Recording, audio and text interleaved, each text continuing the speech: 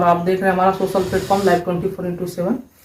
सबसे पहले तो हम बाबा का एक परिचय दे देते हैं संक्षिप्त में। बाबा भागलपुर हैं हमारे साथ और ये हस्तरेखा और भविष्यवाणी करते हैं, जो कि इनकी 100% लगभग भविष्यवाणी सही हुई है। सबसे पहले तो बाबा हमारे चैनल पे आपका स्वागत है। धन्यवाद।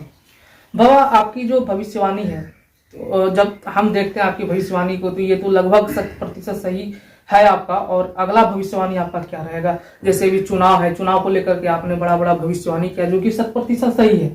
और अभी जो यूपी इलेक्शन है, यूपी चुनाव है, उस पर आपका क्या भविष्यवाणी है बाबा? यूपी के संबंध में 7 मई 2000 उत्तर प्रदेश में योगी आदित्यनाथ की अगुवाई में भाजपा को सत्ता मिलने के आसार नहीं, क्योंकि उनका जो अवेलेबल जन्म तिथि, जन्म समय, जन्म स्थान मिला उस आधार पर मैंने लिखा, और बाकी लोग का सही नहीं मिल रहा है। अगर जन्म तिथि, जन्म समय, जन्म स्थान सही नहीं हो तो भविष्यवाणी 100% सही नहीं उतर सकती है। इसलिए बाकी का हम नहीं लिखे, सिर्फ इतना ही लिखे हैं। और जो मेरी 7 मई 2021 को चंडीगढ़ के पेपर इदम प्रभात में प्रकाशित हुई थी, उसका शीर्षक है उत्तर प्रदेश में योगी आदित्यनाथ की अगुवाई में भाजपा को सत्ता मिलने के आसार नहीं। आपको इस बार क्या लगता है कि इस बार यूपी चुनाव में बाबा योगी आदित्यनाथ जो है, अभी जो वर्तमान सीएम है, क्या वो सत्ते में आने की संभावना है उनका, या उनका उथल पुथल? नहीं, वो सब तो नहीं है। अब आगे सभी का जन्म तिथि मेरे पास नहीं है, सिर्फ उनका था। उनके आधार पर मैंने लिख दिया, स्पष्ट बताया उनके योगी आदित्यनाथ की अगुवाई में भाजपा को सत्ता मिलने के आसार नहीं। तो अगली बार अखिलेश का जो वहां पे वर्चस्व है, उनको आप किस नजरिए से देखते हैं भविष्यवाणी के दृष्टिकोण से, कि उनके पक्ष में सत्ता जा रहा है उनके, या उनके पक्ष से मतलब सत्ता निकल रहा है? हम नजरिए से नहीं देखते, हम तो डेट ऑफ बर्थ और time of birth, place of birth, इसका मूल्यांकन करके हम भविष्यवाणी करते आ रहे हैं और करते रहते हैं। हम आकलन या अनुभव इसके आधार पर भविष्यवाणी नहीं करते हैं।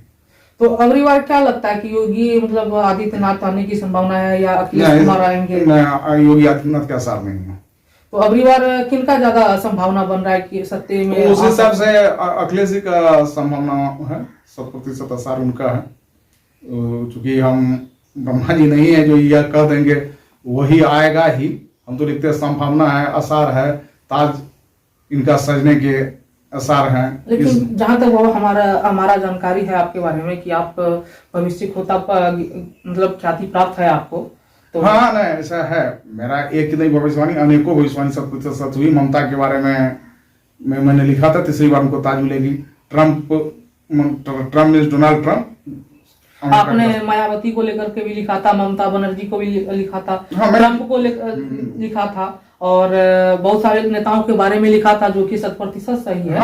और अभी के मतलब जो अभी ग्रह गोचर के दृष्टिकोण से आप जो बता रहे हैं कि मतलब हम लोग भविष्यवाणी करते हैं, तो अभी के मतलब समय के अनुसार क्या मतलब है? हाँ, यह साल 2022 हम तो बहुत पहले आप लोग को बताए थे, और लोग पुनः फिर बता देते हैं। 2022 का वर्ष संसार के लिए सही नहीं है, क्योंकि वर्ष की शुरुआत जो है, आंगल वर्ष की शुरुआत शनिवार से हुई है, और हिंदू नव वर्ष का शुरुआत भी शनिवार से शुरू हो रही है। इस वर्ष के राजा शनि है, और अभी 28 फरवरी को मकर राशि में पंचग्रही योग बन रहा है। इसके अनुसार योग बन रहा है, कहीं खुशी कहीं गम, युद्ध से बेदम हो सकते हैं संसार, ऐसी संभावनाएं बन रही है। ये जैसे आपने विश्व युद्ध का बात किया था, या संसार को मतलब संकट की घड़ी का सामना करना पड़ सकता है, ऐसा भविष्यवाणी आपने बहुत पहले कर चुका है। तो अभी जिस तरीके से दो देशों के बीच अभी जो लड़ाई चल रही है, उस आकलन को आप किस नजरिए से देखते हैं? भविष्यवाणी के मतलब दृष्टिकोण से, या ग्रह गोचर के दृष्टिकोण से, किस नजरिए से आकलन नहीं, ग्रहों की जो स्थिति है उसको सही नहीं देखते हैं, और उसके लिए हम सभी साधक से निवेदन भी करते हैं, और स्वयं भी जगत जगदम्बा से करते हैं ये इस तरह का युद्ध नहीं हो टले। क्योंकि अभी जो युद्ध शुरू हुआ है वह जो है विश्व युद्ध की ओर का संकेत कर रहा है। ये बाबा जो आप बता रहे हैं कि विश्व युद्ध की ओर संकेत कर रहा है, इसका प्रभाव कैसा रहेगा? सारा संसार पे जो प्रभाव है, इसका प्रभाव कैसा रहेगा? ज्यादा रहेगा या कम रहेगा? संपूर्ण संसार के भय का समय होगा, कष्टदायक रहेगा। कोई भी युद्ध सही नहीं है, चाहे महाभारत का युद्ध हो कि रामायण का युद्ध हो, उसमें तो सिर्फ क्षति ही क्षति हुआ है। तो इससे जो साफ तौर पे आप लोग होगा, आप बताना चाह रहे हैं दर्शकों को कि अभी सचेत रहने की मतलब जरूरत है हाँ युद्ध से। हाँ। तो और इसका निराकरण कब तक हो सकता है कि मतलब हम लोग युद्ध का जो भी माहौल है इसका निपटारा कब हो सकता है, या किस रूप से हम लोग निदान कर सकते हैं? इसका निदान यही है, हम अपने धर्म के अनुसार चले, धर्म के तत्व पर चले, जिनके जो इष्ट हैं और जो देवी देवता हैं उनकी आराधना करें, और देवीय शक्ति से ही टला जा सकता है। ताकि सकारात्मक सोच होगा सभी का तो युद्ध पर हम काबू कर सकते हैं। नकारात्मक सोच से युद्ध होता है, अत्यधिक कॉन्फिडेंस में युद्ध होता है। तो ये कृपा हो, ऐसा नहीं है जो हम हिंदू धर्म में तो हिंदू ही, जो मोहम्मदन धर्म के हैं, मुस्लिम धर्म के हैं, ईसाई धर्म के हैं, उनके भी देवी देवता, यानी सभी से, समाज के, देश के, राज्य के, राष्ट्र के, विश्व के सभी समुदाय से यही निवेदन करते हैं कि सभी लोग अपने अपने ईश्वर को, भगवान को से निवेदन करें कि युद्ध नहीं हो। ये बाबा और एक चीज हम जानना चाह रहे थे, खास करके अगर विश्व युद्ध होता है हमारे ये मतलब विश्व के अंतर्गत विश्व पैमाने पे अगर युद्ध होता है तो हमारे देश के लिए, हमारे भारत के लिए क्या प्रभाव डाल के जाएगा? सिर्फ भारत के लिए नहीं, पूरे संसार के लिए अत्यधिक खराब रहेगा। बेरोजगारी बढ़ जाएगी, बीमारियां बढ़ेगी और लोग जदोजहद में जिएंगे।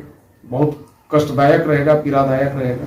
और जैसे आपने बताया कि पीड़ादायक रहेगा, इससे बचने के लिए खास करके भारतवासी को या देशवासियों को क्या करना चाहिए और किस तरीके से उनको सचेत रहना चाहिए? किस देवी देवताओं का पूजा करना चाहिए जो कि उनसे निपटारा पा सके? आमजन अपने इष्ट का, अपने कुल देवी कुल देवता का पूजन करे। जो साधारण लोग हैं, संत ऋषि हैं, महात्मा हैं, वो अपने आराधना से, अपने तपोबल से इस पर निजात पाने का कोशिश करेंगे।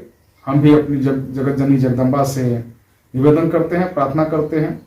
उस प्रार्थना में बहुत शक्ति है, उससे उनकी कृपा होगी।